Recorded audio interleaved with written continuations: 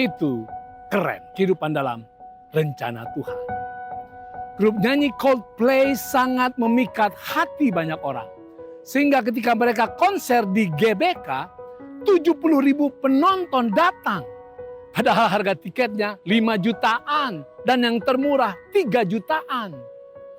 Di tengah kehebatan Coldplay ada seorang gadis 19 tahun tampil menghebohkan.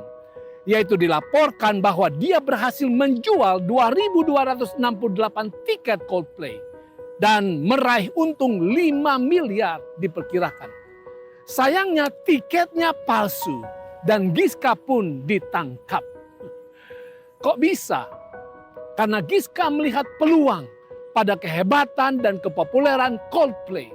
Lalu dia maksimalkan peluang itu untuk meraih yang terbaik demi kepentingan dirinya. Saudara, Giska mewakili orang zaman now yang senantiasa mencari peluang untuk mencari keuntungan diri dengan cara yang jahat sekalipun. Yesus mengajarkan hal yang penting untuk generasi zaman now. Yaitu kita memang selalu harus mencari peluang. Dalam sebuah perumpamaan Yesus simpulkan. Dan raja itu akan menjawab mereka. Aku berkata kepadamu sesungguhnya segala sesuatu yang kamu lakukan untuk salah seorang dari saudaraku yang paling hina ini. Kamu telah melakukannya untuk aku. Benar saudara, ayat ini berbicara soal peluang. Peluang untuk mengulurkan tangan kepada mereka yang hina. Kita harus melihat peluang pada setiap mereka yang kecil, tidak berharga, disepelekan, tidak diperhitungkan. Mereka yang lemah. Saudara, menjelang dunia berakhir, kesusahan akan semakin meluas. Gemerlap, kemewahan, kenyamanan, dan kesenangan hanya dimiliki oleh segelintir orang. Itu pun tidak kokoh, itu pun hanya sementara, itu pun selalu disertai dengan kekhawatiran.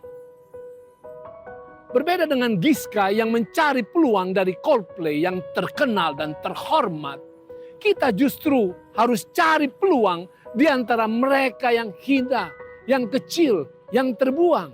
Mereka yang kesakitan, kelaparan, kedinginan, terpenjara, terhina, bangkrut, kehilangan pekerjaan, putus asa, putus cinta, terusir, sakit jiwa, berdosa, merasa bersalah, dan berbagai kesusahan lainnya. Mereka adalah orang-orang yang harus kita berikan perhatian. Mereka adalah peluang, bukan peluang untuk mendapatkan uang, bukan peluang untuk mencari keuntungan kita, tetapi peluang untuk mensejahterakan mereka, peluang untuk memberikan kenyamanan bagi mereka, peluang untuk menyelamatkan keselamatan mereka. Jelas kita tentu akan dituntut untuk berkorban. Tetapi itu adalah peluang terhormat untuk melayani Yesus.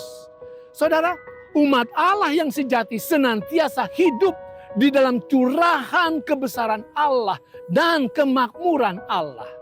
Umat Tuhan yang sejati tidak perlu hidup berdasarkan kekhawatiran soal makanan, minuman, pakaian maupun perumahan. Karena Tuhan pasti menyediakan semua itu untuk kita yang beriman dan hidup bergantung pada kasih karunia-Nya. Saudara, umat beriman senantiasa hidup di dalam berkat-berkat pemeliharaan Tuhan. Maka berkat-berkat Tuhan bukan untuk dinikmati sendiri, bukan untuk disimpan, bukan untuk dikumpulkan, melainkan untuk digunakan bagi orang-orang yang membutuhkan. Saudara, setiap orang yang berkekurangan adalah peluang. Peluang untuk melayani Yesus, Juru Selamat dunia, Raja segala raja, dan penguasa alam semesta.